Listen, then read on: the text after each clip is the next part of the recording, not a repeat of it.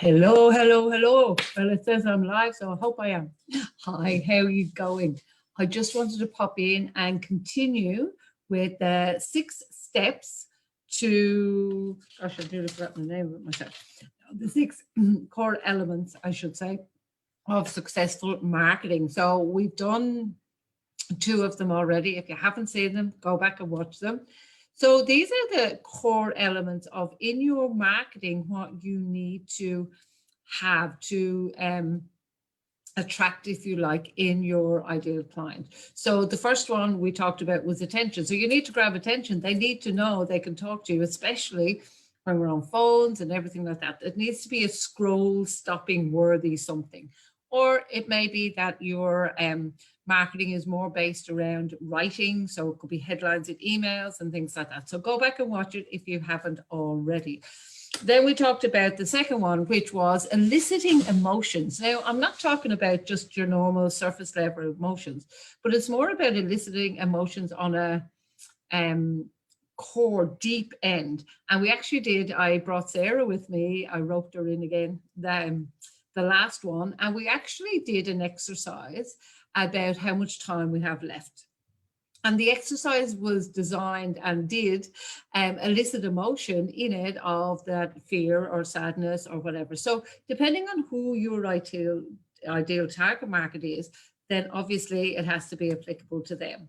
So this one that we're talking about today is visual bias. So there's always exceptions to the rule, guys. So don't start coming at me and saying, oh, but what if somebody's blind? I get that. Well, then the other senses, there's a whole other story we can talk about that. But we as humans naturally have a visual bias. So evolution wise, it's our original brain, which is the brain at the back of the head. Some people call it the reptilian brain. Other people call it original brain, whatever word you want to put on it. But it's the original brain that we had, which was very much based in a, good, bad, flight, fight, if you're coming at me, do I need to run away from you? Do I need to mate with you? Do I need to attack you? And the decisions were yes, no. There was no gray. There was no maybe I will, maybe I won't. It was literally a yes, no, because it was survival. The basis of it, it was survival. But we relied on being able to see if somebody was coming. And we're the only mammals that you can actually see the whites of our eyes. So if you look at any other mammal, even gorillas, monkeys, all of that, you can't see the whites of their eye all the time. You can see them sometimes, but the whites of their eye leaves the contrast for us to see if we're in danger or not. So part of the evolution process is just, it's a visual bias. 70%, now I'll say that again, 70% of the brain's sensory capacity is actually allocated in the visual cortex. I didn't know that till just recently, and I thought it was an interesting fact to say. So the preference for us to have visual info is really, even in writing. So the ability, so when we say visual bias, people say to me, well, how can you do that if you're writing a story, Carol? Well, it's the ability that you have to write the story that can actually bring up a visual in their head. So, when you're reading a really good story, you can visualize how it's happening. You can feel as if you're either in the story or you're watching the story. So it's the ability to do that in writing is also tapping into that visual bias as well. So make sure that whatever you're doing, and it can be an image that tells the story or it can be in the writing. So I have a couple of images to share with you because it's to give you an example. Now, the first one I'm going to share with you was actually a controversial ad that was done in India, I think. I'm not 100% sure, but I'm going to show it to you. So let me just share my screen and I'll show it to you because you'll see the impact straight away. When you see it, you'll know exactly what it is. And that's an idea of how visual bias can have such an impact. Now, slight disclaimer, it is a little bit gory when you watch it at first, just in case. So this one here, so this was a controversial ad that was done about using mobile phones driving. And as I say, I think it was Bangalore, was it? I'm not 100% sure. So I did get it from Google. It's from Bangalore. It's not a copyright thing. I just wanted to show it to you for the impact. Have a look at what's happening. There is blood coming out of the phone. You kind of straight away, there's curiosity being triggered, go, what? And the actual wording on it here, might be a little bit, is don't talk to her while she's driving. So you know straight away, you can look at that, you know, straight away by visual, what it is, well, rather how it is, you know that it's something stunning. You're able to make up almost a picture, you know, it's something dangerous, it's something harmful. Why? Because you can see the blood there.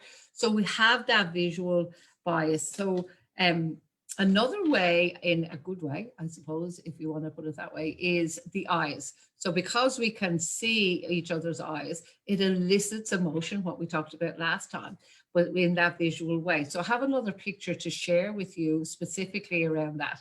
And this one is of Gwen Stefani. So when Gwen Stefani and her husband had their first child, they actually decided to take some photos and release them themselves rather than have all the paparazzi coming around and releasing them and, you know, releasing them at wrong angles, doing whatever.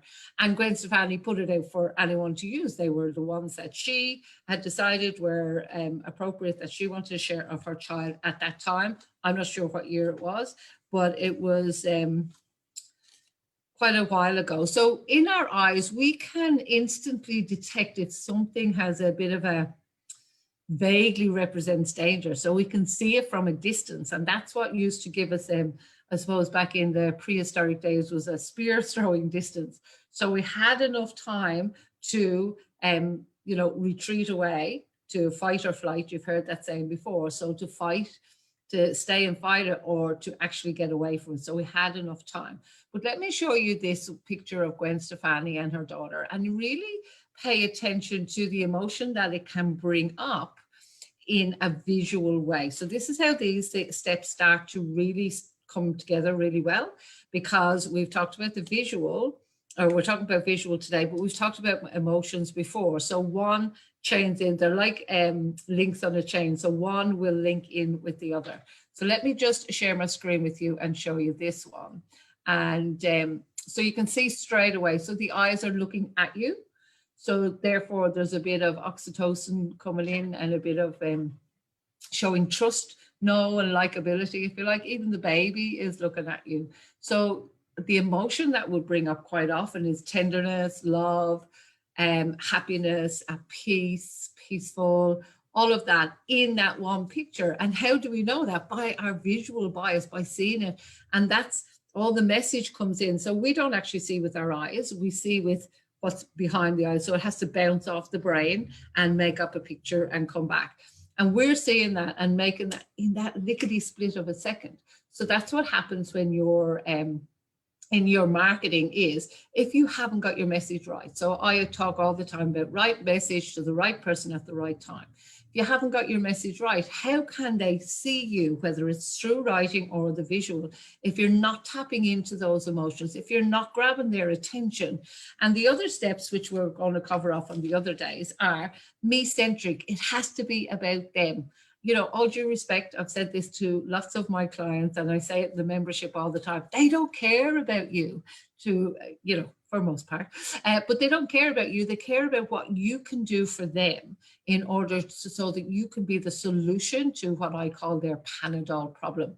And then we're going to look at contrast as well, and the power of contrast within your marketing. And then we're going to look at tangible versus intangible as well. So I'll go into those last three a bit deeper over the next few days. So I trust that this has helped you with a visual bias. It's a thing that we talk about in our membership. If you want to know more about the membership, let me know. I'll put the link in the comments if you want to come and join us. Because we talk about these things all the time. It's really important to get it in a way and test and measure so that people are actually paying attention to you, so that you can give them the help that they need. So for now, it's bye for me.